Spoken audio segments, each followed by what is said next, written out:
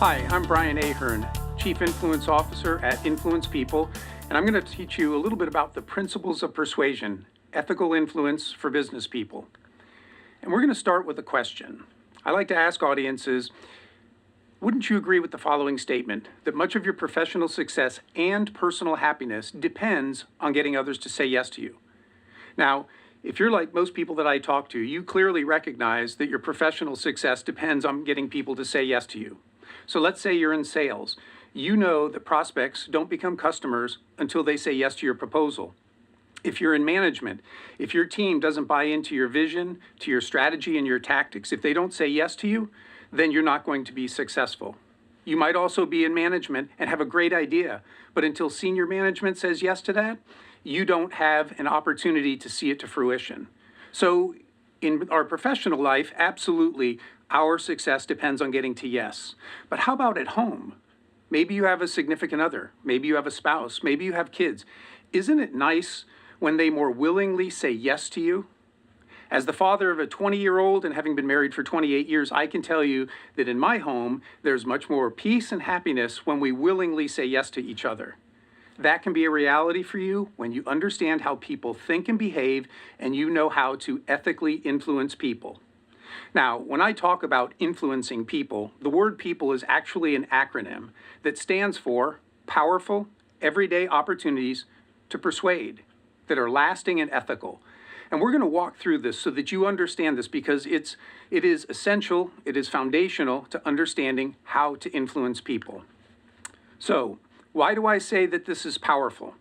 Well, everything that I teach people is based on social science. In fact, more than 70 years of research into the field of persuasion. What is it that causes one person to say yes to another?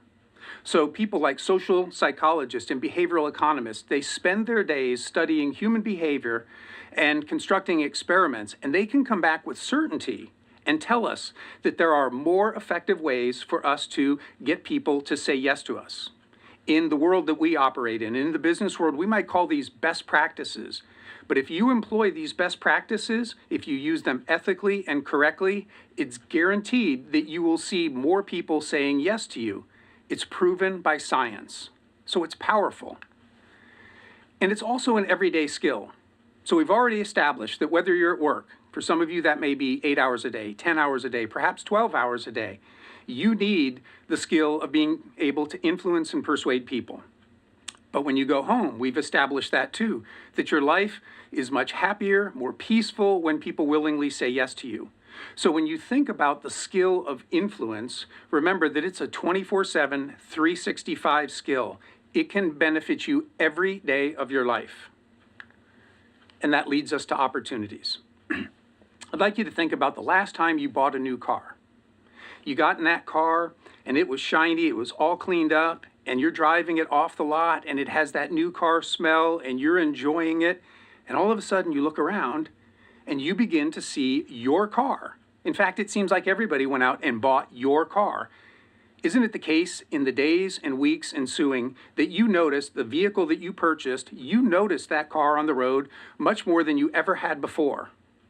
Now, did people really go out in droves and buy the car that you bought? Probably not.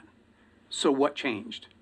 Well, when I ask people that, they usually say, my perspective or my focus. And that's exactly right. All of a sudden, your eyes are open to something that's been there all along, but you just haven't noticed it. Now, when you think about what we call the principles of influence or the principles of persuasion, these psychological concepts that make it easier for people to say yes to you, you may not see them right now because you're not focused on them or you're not aware of them. But once you begin to learn about them, you'll be amazed that you've ever missed them before. For example, you'll understand exactly how a salesperson is trying to get you to buy. You'll understand how advertisers and marketers are trying to motivate you to perhaps go online or go to their store. You'll understand what politicians are doing to try to get you to vote for them as opposed to somebody else. But I think you'll be amazed that you haven't seen these before, but it's simply that you haven't had the eyes to see them. So there are opportunities that are out there awaiting you to ethically and correctly utilize them to leverage your communication skills. And this leads us to the next letter in the word people, the P, which stands for persuade. I like to ask audiences, what does it mean to you to persuade somebody? And if you're like most people that I talk to, you're probably thinking to change somebody's mind or to convince them of something. And that might be a good start, but it's not enough. Because think about this for a moment. If you're a parent and you turn to your child and you say, clean your room, is it good enough that your child looks at you and says, Mom or Dad, that's a really good idea. Let me think about it. No, you want them to go clean their room. You want to change their behavior. And that's what persuasion is really all about. Aristotle, the famous Greek philosopher who lived more than 2,300 years ago, has what I believe is the best definition of persuasion that I've heard to date. Aristotle said that persuasion was the art of getting somebody to do something that they wouldn't ordinarily do if you didn't ask. Think about that for a moment. Get somebody to do something that they wouldn't do if you didn't ask. That's a great definition. It's about changing people's behavior.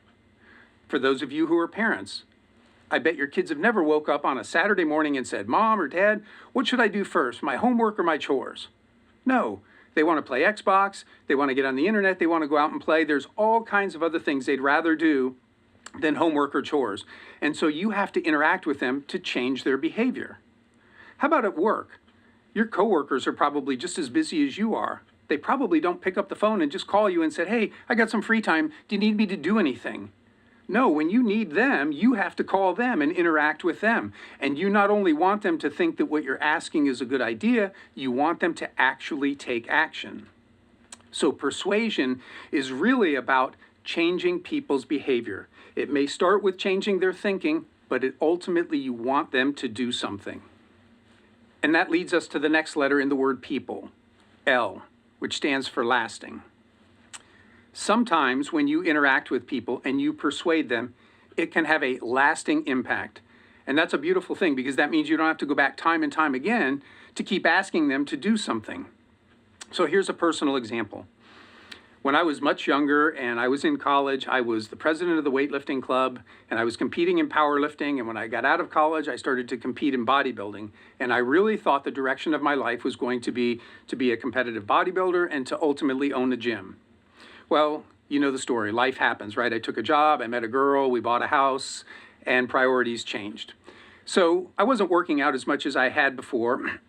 And then a friend approached us and said, hey, would you guys like to run the Columbus Marathon?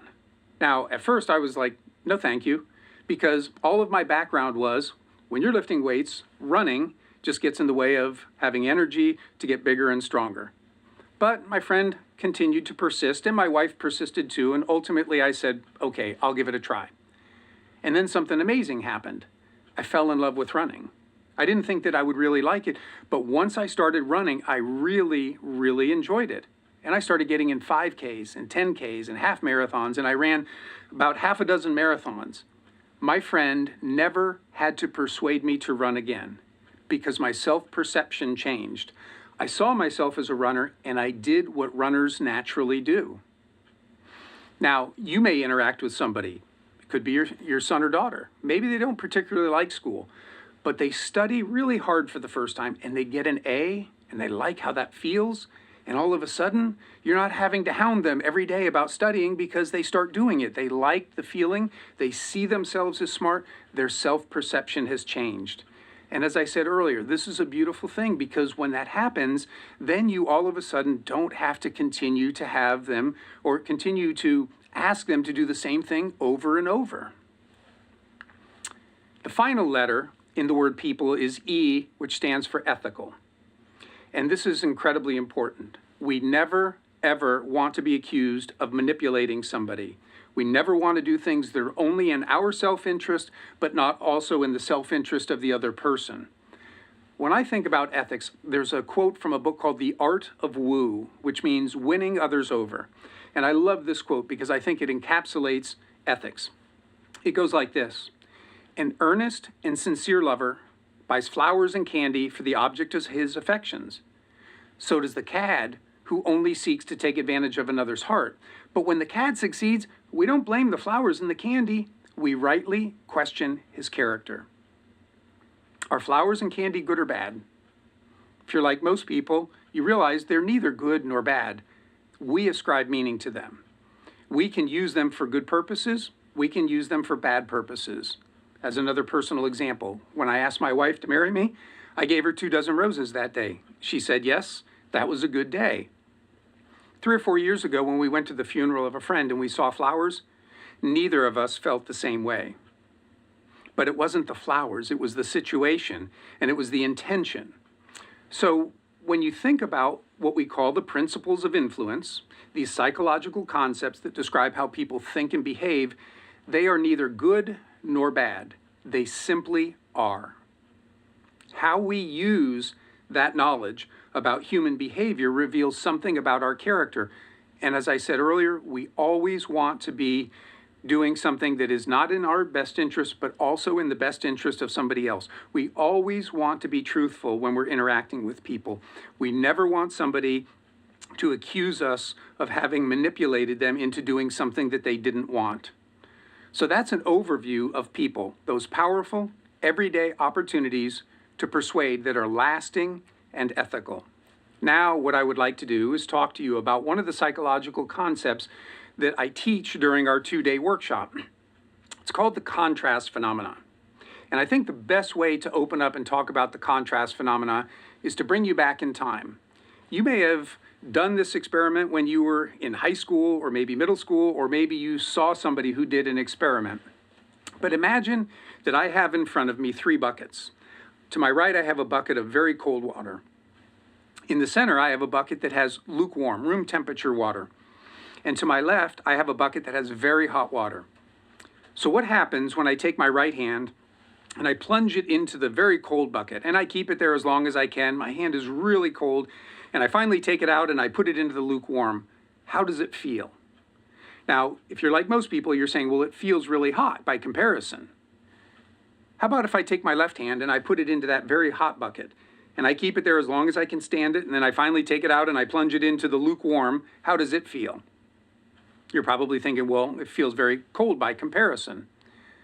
So imagine this now. I take both of my hands, and at the same time, I plunge my right into the cold, I put my left into the hot, and I let them stay there for a period of time, and immediately I take them out and I put them into that lukewarm bucket. My right hand feels very warm, and my left hand feels very cold. And the reality is, though, they're experiencing the exact same thing. What they experienced beforehand changed what they experienced next. Here would be another example. Have you ever gone to pick up something? You thought it was going to be very light. And as you reached down to pick it up, all of a sudden it kind of pulled you to the ground because it was heavier than you thought. Or maybe you went to pick up something that you thought was going to be very heavy, and it turned out to be light, and it pulled you up. Or you pulled yourself up, actually, because you thought it was very light. In each case, your thinking changed how you experienced the weight of that object that you were going to pick up. And that's what we experience in the physical realm like that. We also experience in the psychological realm. That is, that what we experience beforehand dramatically will change how we experience the next thing. That's how we define what we call the contrast phenomenon. And here's an example that might be a little closer to home. It has to do with money and purchasing. So I write a blog, and many years ago, I did a survey with my blog readers. And I asked them this question. You're at an electronics store, and you're looking for an item, and you find the item that you want, and you see that it's $879. And you look at it, and because you're a discriminating shopper, you pick up your smartphone, and you look, and you realize, oh, I can get that same item at another store across town. It would be about 20 minutes there. I could get that same item instead of $879, I could get it for $859. Would you make the drive? Now, if you're like most people who took my survey, you probably won't make the drive. In fact, of the people who were looking at the $879 item and saw they could get it for $859, only 13% said that they'd get in their car and make the drive. With another group of readers, I asked the question exactly the same way, except the item was $79 and they could get it for $59. If they would get in the car and drive across town, it would take them about 20 minutes. What do you think happened there? Well, if you guessed that more people would make the drive, you're right. In fact, significantly more. Almost half of the people, 49%, said they would get in their car and drive across town to get that better deal instead of paying $79 to only pay $59. I wish I would have asked this third question. If I would have said to my readers, you look on your phone and you see there's an advertisement at a store that you frequently go to. If you go there, you'll get a free $20 bill, limit one per customer. Would you make the drive? I would imagine that almost 100% of the people would probably get in their car and drive across town to get their free $20 bill. But think about this for a moment. Every example that we've talked about, $8.79 to $8.59, $79 down to $59, or 0 to 20, in each case, it was $20. But very seldom do people say, is $20 worth 20 minutes of my time? Instead, they compare to what was immediately given to them beforehand. And so by saying the item of the price of the item was $879, by comparison, that doesn't seem like such a good deal. It feels like it's a waste of time to just save $20 on an $879 item. By comparison, though, when that item is $79, that's about a 25% savings. That feels like a great deal, and so people are motivated to get in their car and drive across town. And then, of course, if I'd ask free $20 bill, compared to having nothing, $20 is a great deal. But I think you get the point here. It's all about what came first, what that comparison point was. Here would possibly be another example. Somebody might ask you, who was the tallest person that you went to high school with? And you might say, oh, that was Jim. Jim was really tall. He was like 6'5". He was the tallest kid in the school. And if they might say, I know Jim, because I went to college with him. He was on the basketball team. He was the shortest guy on the basketball team, because they have a different comparison point. So whether something is, someone is tall or short, whether something is heavy or light, whether something's expensive or inexpensive, those are all arbitrary because they're based on what we make comparisons to. I primarily work with independent insurance agents who are in sales, and I always share this with them because this is an easy way to remember contrast. There's nothing high or low, but comparing makes it so. Again, there's nothing high or low, but comparing makes it so. If you think about things that you've purchased, if you think about, for example, the car that you drive, the car that you drive to somebody else might seem like it's very expensive, and to other people it might seem like it's inexpensive.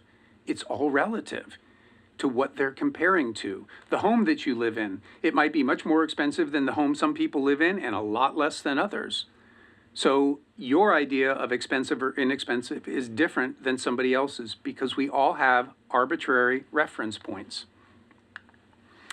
So the application that you want to think about when it comes to the contrast phenomenon, if you really want to become a master when it comes to something like persuasion, you have to understand that when you are talking with people, you're interacting and communicating with people, they all have their own comparison points. And to become a master at persuasion, you need to learn to set the comparison point. Because if you don't, then you're at the mercy of whether or not they think that your offering is perhaps a good deal. So I know that some of you watching this video, being accountants, are having to sell your services. And your fees on an hourly basis or on a project basis may be very, very different than some of your competitors. If somebody comes in and hears the fee that you are offering, they might say, that's an awful lot. That's more than I paid my accountant last year, or that's more than I was expecting to pay. Your challenge then becomes, how can you ethically change their comparison point? Because the reality may be that you know, based on the services that you offer, you may know that you offer significantly more than your competitors. And some of your competitors could be 20, 30, 40% higher than you and either offer the same services or less services. if you want to be a master when it comes to persuasion, you have to be able to bring that into the conversation. You have to be able to talk to that customer and ask them questions about who are they with currently, what do they currently pay. Could I have a moment to tell you about the services that we offer? Most of the people that we compete against charge significantly more than we do, upwards of 25, sometimes 30%, and yet they don't offer all the things that we do. And get them to see that what you're actually offering them is truly a good value, and it's in their best interest because they're going to get more for what they pay for. So that's an overview of what we call the contrast phenomenon. It's incredibly important that you understand this, that you understand people are always having those comparison points, and you're thinking about how can I ethically change that comparison point to make what I am offering look much, much better in their eyes. If you'd like to learn more, again, I'm Brian Ahern. I'm the Chief Influence Officer at Influence People. You can feel free to visit my website or send me an email, and you'll be able to learn significantly more about how to ethically influence people, how to move people in the direction that you need them to move.